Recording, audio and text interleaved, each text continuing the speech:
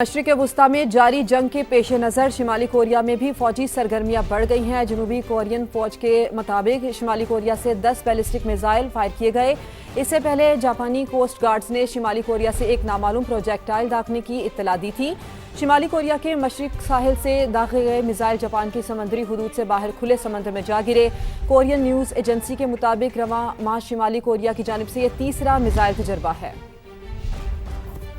Iran के पास drone का वसी ज़ख़ीरा मौजूद है जो तवील जंग लड़ने के लिए काफ़ी है। पासदारान इनकलाब ने ज़ेर ज़मीन ड्रोन्स फैसिलिटी की वीडियो जारी कर दी है। वीडियो में टनल के अंदर मुसल्लह ड्रोन्स का ज़ख़ीरा दिखाया गया है। ईरान के जजीरे खारक पर अमेरिका ने बदतरीन बमबारी कर दी। Maritime base, helicopter control tower और दिफाई तंसीबात को निशाना बनाया गया। अमेरिकी सदर ट्रंप ने हमलों की सर्विलेंस वीडियो सोशल मीडिया पर शेयर कर दी। ईरानी फौज ने जवाबी हमलों में मुत्तहिदा अरब अमारात और इराकी कुर्दिस्तान में अमेरिकी बेसिस को निशाना बनाया। कहा, तेल की तंसीबात पर हमला किया गया तो खित्ते में तेल की तंसीबात हमारे निशाने पर होंगी। ईरान के खिलाफ अमरीकी जारहियत में खतरनाक तेजी।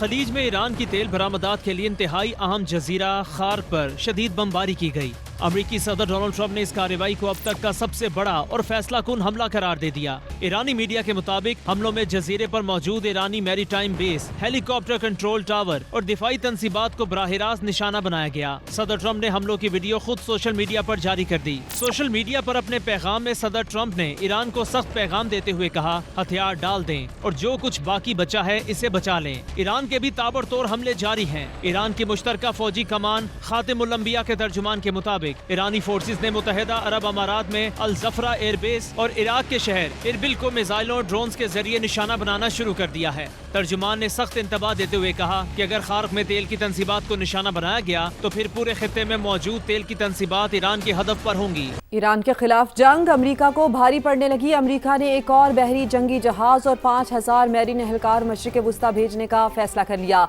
वॉल स्ट्रीट जर्नल की रिपोर्ट के मुताबिक तैयार बरदार बहरी जहाज त्रिपोली समेत एक मैरीन यूनिट जापान से मशरिक़ वुस्ता भेजने की तैयारी जारी है। इसमें 5000 मैरीन एहलकार और जंगी जहाज़ों के मलाह शामिल होंगे। रिपोर्ट के मुताबिक नई तैनातियों का मकसद आबनाए हुर्मस पर हमले तेज करना है ताकि ईरान की जानिब से नाकाबंदी तोड़ी जा सके। तैयारा बरदार बहरी जहाज त्रिपोली ईरान के शहर नागासाकी के करीब तैनात है। अमेरिकी सेंट्रल कमांड ने तैयारा बरदार बहरी जहाज USS अब्राहम लिंकन गैर फाल होने की तरदीद कर दी। सेंटकॉम से जारी बयान में कहा गया, पासदारान इनकलाब बहरी बेड़े को नाकारा बनाने का दावा कर रहे हैं। इससे पहले भी वो इस जहाज को तबाह करने का दावा कर चुके हैं। ये दावा गलत है। Abraham Lincoln carrier strike group अब भी ईरान के खिलाफ फाल है। सेंटकॉम ने बहरी जहाज पर तैयारों की आमदोरफ्त की वीडियो भी जारी कर दी। ईरान के हमलों में अमेरिका को एक और भारी नुकसान का सामना। वॉल स्ट्रीट जर्नल की रिपोर्ट के मुताबिक ईरान ने सऊदी अरब की प्रिंस सुल्तान एयरबेस को निशाना बनाया। मिसाइल हमले में अमेरिकी एयरफोर्स के 5 रीफ्यूलिंग तैयारों को नुकसान पहुंचा। रिपोर्ट के मुताबिक तैयारों को मरम्मत के बाद दोबारा इस्तेमाल के काबिल बना दिया गया है। हमले में कोई जानी नुकसान नहीं हुआ। गुज़श्ता रोज इराक में एक अमेरिकी रीफ्यूलिंग तैयारा गिरकर तबाह हो गया था जिसमें 6 अमेरिकी फौजी मारे गए थे। यूरोप को तेल और गैस की शदीद किल्लत का सामना। फ्रांस और इटली ने आबनाए हुर्मस से महफूज रास्ते के हसूल के लिए ईरान से मुज़ाकरात शुरू कर दिए। फाइनेंशियल टाइम्स की रिपोर्ट के मुताबिक दोनों मुल्क मशरिक़ वुस्ता से तेल और गैस दरामद करना चाहते हैं और अपने टैंकर्स को बाहिफाजत आबनाए हुर्मस से गुजारने के लिए ईरान से बातचीत कर रहे हैं। मैं चाहूँगा कि इस साल इंशाअल्लाह हम तकरीबन कोई 68 बिलियन रुपीज़ कराची शहर में ख़र्च करने जा रहे हैं। 68 बिलियन, ये डॉक्यूमेंटेड नंबर मैं आपको अब दे रहा हूँ।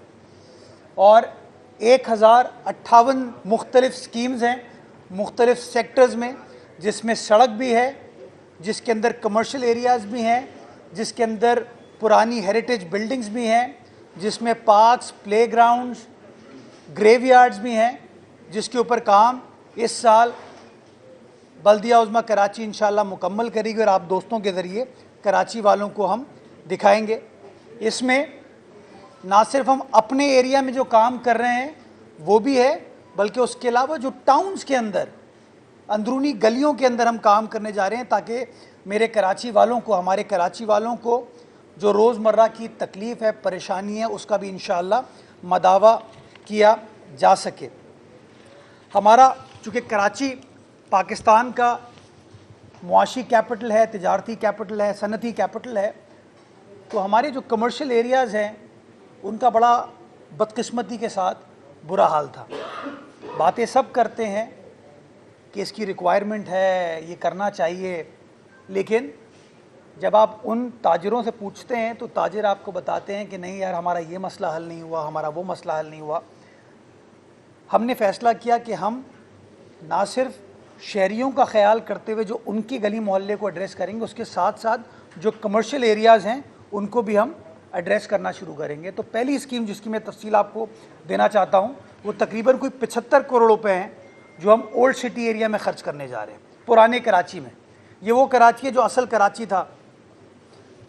मीठा दर का एरिया है, इसके अंदर खारा दर का एरिया है, बोल्टन मार्केट है, जोड़िया बाज़ार है, खजूर बाज़ार है, ली मार्केट की तरफ जो सड़क जाती है, इसके ऊपर काम का आगाज़ कर दिया गया है। काम तेज़ी के साथ चल रहा है और रमज़ान मुबारक के महीने में भी अगर आप इशा के बाद इस इलाके में जाएंगे तो आपको काम होता हुआ नज़र आता है।